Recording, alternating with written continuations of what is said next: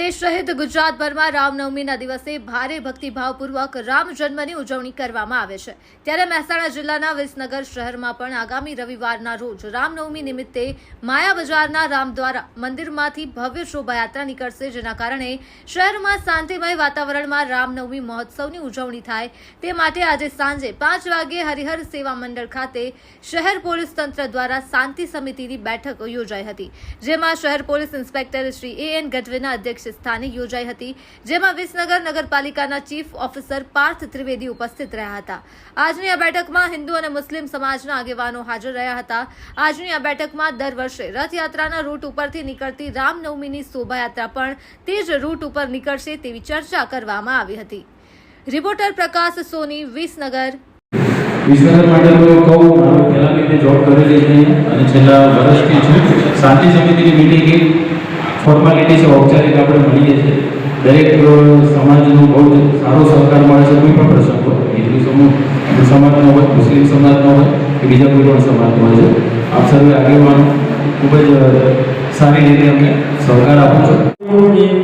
પવિત્ર તહેવાર જે રથયાત્રાનો પવિત્ર જે તહેવાર હોય, હર હંમેશા અમારો મુસ્લિમ સમાજ હંમેશા એક થઈ અને ગુલજાર પાલ હાઉસમાં અમારો સમાજ સ્વાગત કરે છે અને સીસીટીવી કેમેરાની માફક કોઈ એવું બનાવ ના બને એની શક્યતાને રાખી અને પોતાની જવાબદારી અમારો સમાજ નિભાવે છે।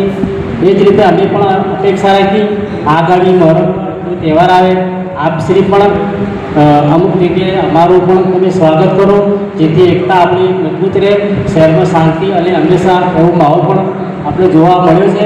પણ ગયા 2 વર્ષથી તાજિયા જુલુસમાં કોઈ સ્વાગત કર્યું નથી, તે અમને થોડું એવું લાગ્યું કે કેમ આવું ચૂક થઈ ના થવી જોઈએ, જેથી અમે પણ આ પ્રયત્ન કરીએ છીએ, જેથી તમે પણ અમારા સાથ સહકાર અમારા તહેવારમાં આપો, અમે પણ એટલું તહેવારનો સાથ સહકાર આપીએ છીએ।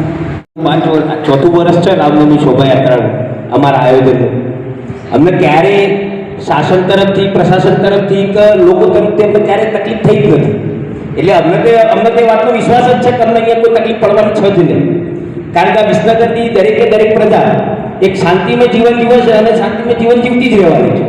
બધા જ હળીમળી રહીએ છીએ, આપણે રહેવાના જ છે।